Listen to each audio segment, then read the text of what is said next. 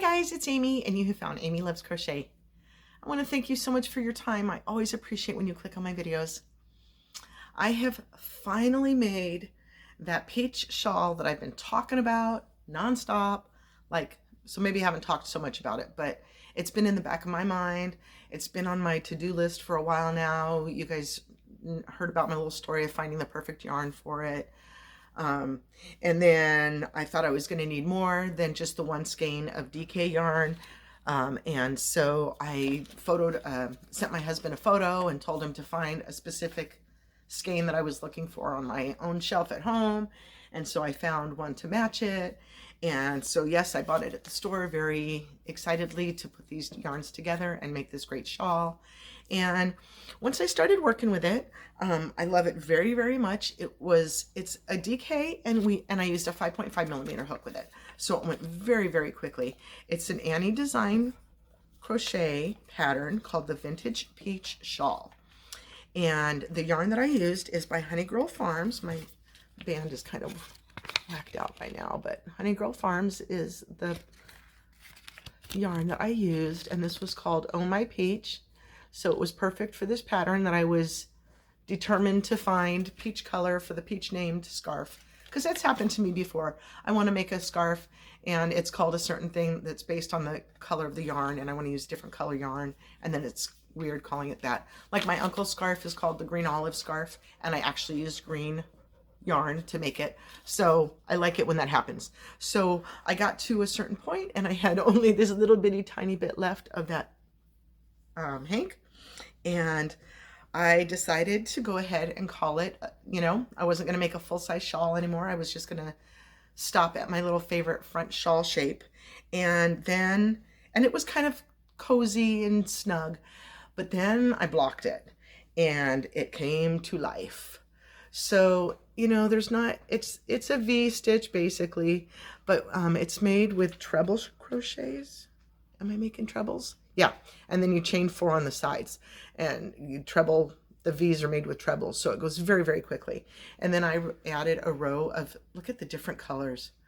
When I came back from the camera, look how pretty. That's what a peach looks like to me. It's not just a solid color. Like a peach always has variations, ombres, different whatever shades, tones. And so to find this skein of yarn was just so perfect.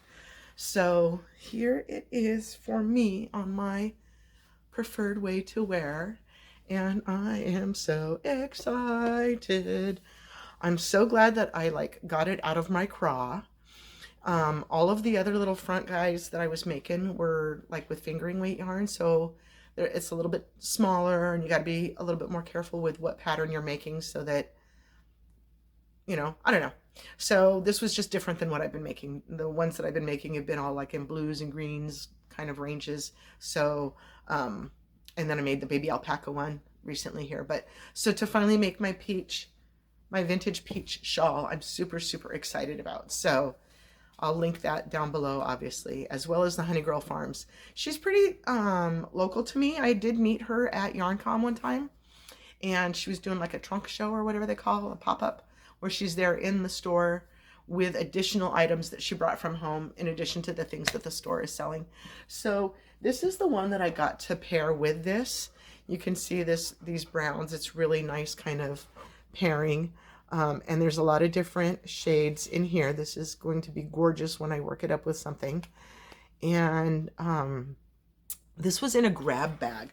I had never done a grab bag before, but I could see a lot of her product there in the store, and so I could the grab bags had certain information written on them. Like this one is a pure DK, and it's called, what is it called? Fall at the Ridge, her Outlander collection.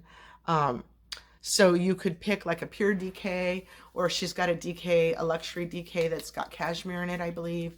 Some other stuff with a silk cashmere blend maybe. You could pick whether it was going to be a DK or a worsted item, hank of yarn, So this was my grab bag, and I felt it was very acceptable, very, pleasing to buy something I didn't know I was getting. So Could have been a lot worse. So now I have this, and again, it is, not again, it is 218 yards of DK. So that'll go back up on my shelf to work with something else. I'll put it up in a minute. And yeah, could you not love this any more than you do? Okay, so then the next thing I have to share with you, the next finished project, is a cowl. Now, a few months maybe ago, I was working on a few different moss stitch items.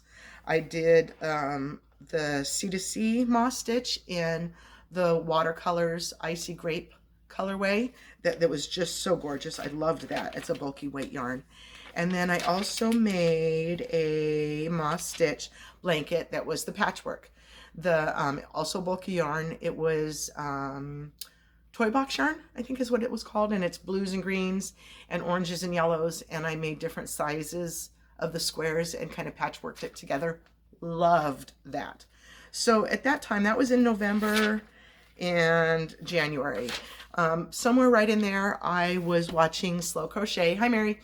And one of the projects that she was talking about was a moss stitch cowl.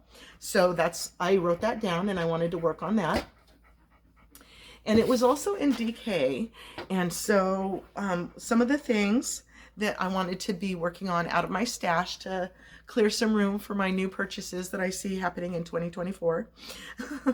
A couple of the things that I took down from the wall to use were from Yarn Bee, and they are DK weight superwash merino. I got these during a clearance, you can see. And so this one is called Lime. And then I had also gotten some blue and some red and some yellow, and I split the blue, red, and yellow into 50-gram hanks and dyed them separately. I have a sneeze coming on, excuse me. Okay, sorry about that.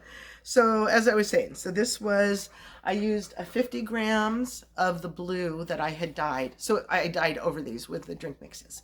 And so one of these two that was in blue and some other colors, I put that together with this lime. So I'll insert the picture of the two of them here together as I'm talking, but it was just so gorgeous. And I started it at first. Okay, so the project is from Heidi at handsoccupied.com. I will list that down below as well. And I wasn't following the pattern, you know.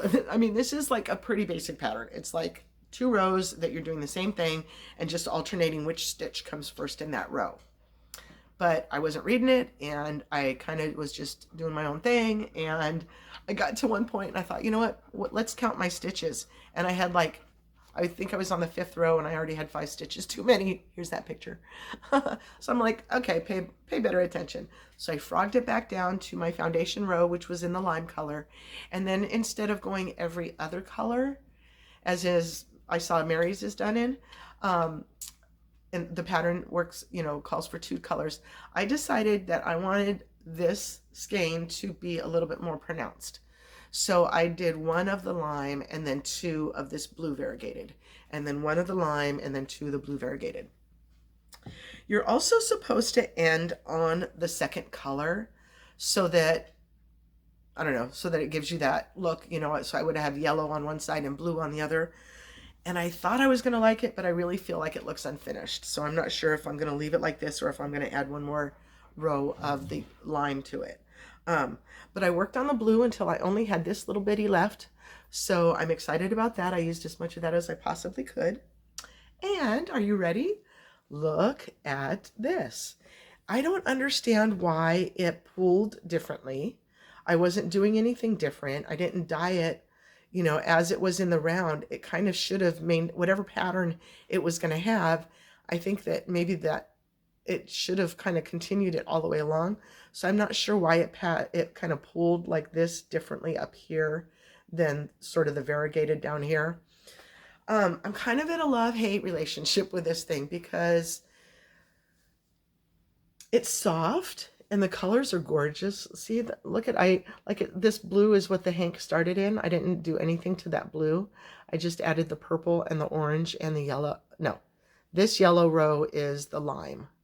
But you can see in this, some of the yellow, some of the orange kind of turned to a yellow. So I do have yellow in the variegated ball. But so what you do is you carry the yarn all the way up so you don't have a million ends to tie in. And Amy just loves that, let me tell you. But I'm not sure how I like it the way that it fits. It kind of feels like it's a little bit long, but I did the same count that's in the pattern, which is a foundation single crochet round of 130, which tested my patience to begin with. But so you can kind of lay it a couple of different ways. I kind of was trying to think of a way to like knot one end, maybe if it was super cold. I don't know. I'm not loving it. I mean, I like it, but so I thought to change. I have one of my playlists. If you know me for any length of time, I have, and it kind of changed its way. I think I started it as a fail to fabulous because I thought it was something bad that I changed into something fabulous. Or it was a fail or fabulous, you tell me. So I'm not sure which way it started and which way it is, but I thought, sometimes it's a fail, sometimes it's a fabulous, but sometimes it's a fair. So I think I'm going to change up my playlist to be fail, fair, or fabulous. And then we can decide, if something, in addition to just being my makes, something that really stands out as a fail or a fabulous. I don't know. I like it. I don't want to hate on it, but it's just not consistent. And it just is kind of lacy drapey. And I think that Mary's was a lot more structured so that you would get that coverage that, comes up a little bit taller to cover your throat a little bit better. Whereas this just becomes like a cloth necklace or something, I don't know. It could still keep you warm. You could just even, lay it flat like this. You could put a pin in it, like some sort of a brooch or something. It's not like a Mobius. You'll be able to hide the twist back there and then maybe put a little pin in it or something. But what do you think? Does it need another yellow row, that lime color on the top? So then there's the seam. You can see it sort of if you looked really hard. I'll show you the inside. So that's what that looks like because you just carry it up. Now again, so when you're going from one row to the next, you do some chains, and because I did 2 rows of the alternating color of my color B, dog, get out. Thank you. Sorry about that. Because I did 2 rows of that blue variegated, when I came up from the lime, I had to do an additional chain stitch. So this is all that you're going to see of the gaining rows. You can see it a little bit, but so yeah. Do you think you'd put another yellow row on that at the top? Do you think it looks a little bit awkward to be yellow at the bottom and no yellow at the top? It's lime. I'm calling it yellow. Just, it's lime, whatever. Alrighty guys, those are my 2 finished projects this week. I am very, very close. As soon as I'm done videoing here and editing, I am going to finish a project that I am beyond excited to be finished with, because it's something that I started like over 2 years ago and then frogged out and then was waiting on finding that perfect pattern to reuse the yarn with. And then I did, and then it didn't work. So then I had to change it up a little bit. And then over the course of yesterday, maybe the course over a couple of days, but yesterday specifically, I got the border, I started putting border on, and I'm that close to being done. So that'll be my next video that I'll have ready for you guys, and I can't wait to share that with you. So thanks for sitting with me today. I really do appreciate your time. Have a wonderfully blessed day, and please do come back and see me again. Thank you. Bye-bye.